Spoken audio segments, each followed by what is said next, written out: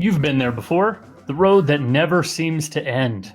Are you tired of wandering around during your solos? In this video, you get a really simple but powerful tip that will help your phrasing and add maturity to your playing.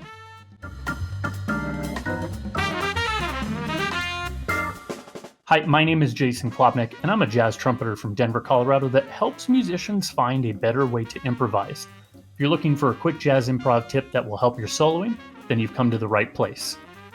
I wanted to share a simple tip that has been helping my students. I've talked about targeting concepts for a long time, about how we can view them in a number of different ways. For example, we can target the guide tones like thirds and sevenths of chords as we move from bar to bar, or even do harmonic targeting where we aim for key area changes.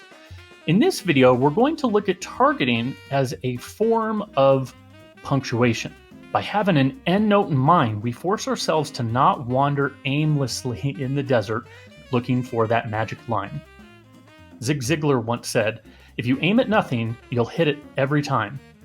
This is definitely a challenge, especially for beginners, because we spend so much time worrying about how do I start something as opposed to how do I finish. I have found that for the most part, this is not intuitive and it has to be practiced. When you do, though, this works incredibly well. So here's the concept, and it's really simple. Pick an end note somewhere in the progression. The end of 4-bar phrases or cadences like the end of a 2-5-1 work great, and choose to make that your punctuation. The creative part is what you do with it on the left side of the target. So let me show you an example. I decided to pick the 5th of the C major 7 in this 2-5-1 example. I can change the note value or even where it's placed within the bar, but I need to have some sort of stopping point or punctuation. Otherwise, I risk the urge of trying to keep adding on to the line. This is where most people tend to wander in their solos. Turn the target into punctuation, and your line now has its own sentence structure which adds maturity to your playing. So I've picked my target. Now let's figure out a way to get there. There are so many possibilities between things that are very inside and tonal to very dissonant and filled with tension. I like to use a balance of both. Before I fill out all of the measures, I'll start with just a few beats before the target. As that gets more comfortable, I'll add in something more before that. This is where the line itself can have many targets along the way. So here's something I might do, a fully diminished arpeggio, because I like the half-step movement down into the target. Then, if I add a little more before that, and a little more before that, I can build a more complete line.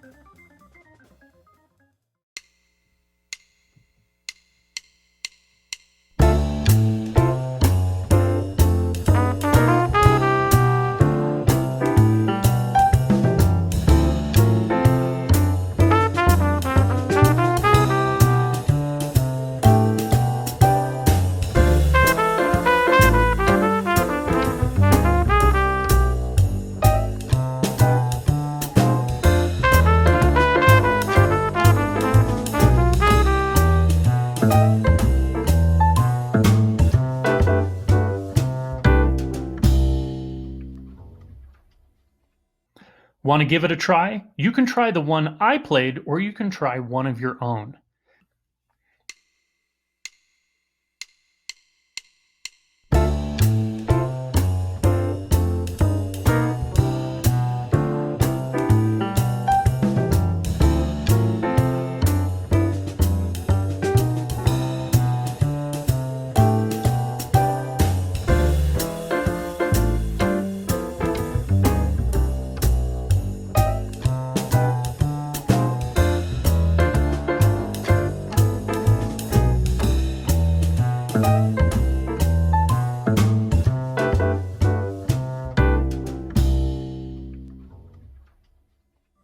If you'd like some other ideas or tools about how you can get to your targets, you can check out the link in the description below for some of my resources. Leave a comment down below and let me know what you would do to get to this target, or would you pick a different target altogether? I hope you've enjoyed this video and it has added value or benefit to your playing in some way. Be sure to hit that subscribe button and that bell that's right next to it that lets you know when another video comes out. And if you know any other musician that might find this useful, you can share it with them too. Until then, my name is Jason Klobnak, and I'll see you on the next one.